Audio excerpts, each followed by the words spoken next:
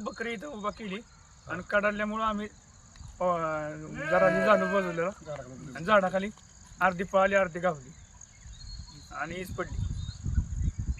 Hello, Hanumant बापू मासा यांची बकरी कोंडवी शिवारात असतात. मला त्यांना दादा चोरगे यांच्या पिपरीखाली उभा होती पावसाच्या. अचानक हीच पडली.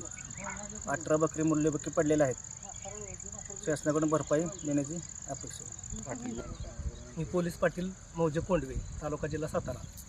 आज मौजे कोंडवे हद्दीमध्ये सायंकाळी 4-4:30 दरम्यान वळवाचा पाऊस आला आणि त्यामध्ये नेहमीप्रमाणे प्रत्येक वर्षी असणारे हनुमंत मासाळ हे धनगर या ठिकाणी मेंढरं घेऊन रानात असताना वळवाच्या पावसात ते अडकले आणि रानातच जोरानं वीज कडडली आणि ती खरोखर मेंढरावरती पडली.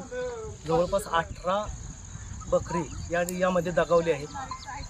हनुमंत बापू हे पाऊस आल्यामुळे कागद आणण्यासाठी गेले असताना ते बचावले गेले, पण खरोखर अत्यंत दुर्दैवी घटना घडली आहे.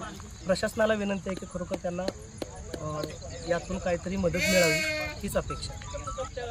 पोलीस पाटील सैदापूर कोंडवी येथे मगाशी वळवाच्या पावसाने धनगर समाजाच्या येथे बसायला होती. झाडाखाली बकरी बसली असताना अचानक विजेने आवाज दिला. वीज पडून 18 बकरी यांची मृत्युमुखी पडलेले आहे.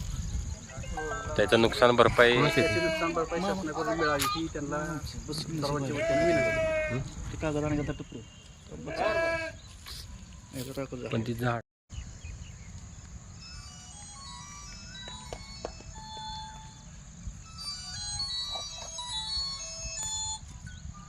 हॅलो.